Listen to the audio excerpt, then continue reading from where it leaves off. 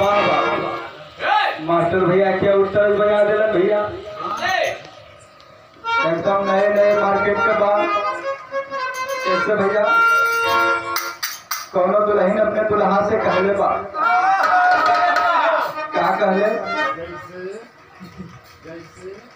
कि मेरा सजना अरे मेरा सजना सवरना है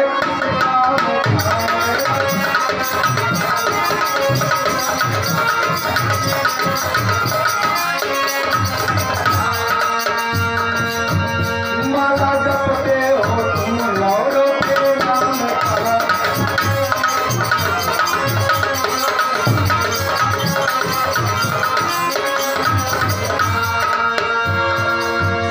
मेरा सजना सवरना है किसका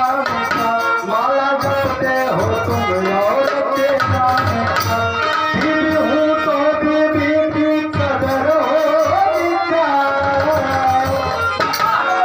पहिनी के पेट नीचे सही हमारी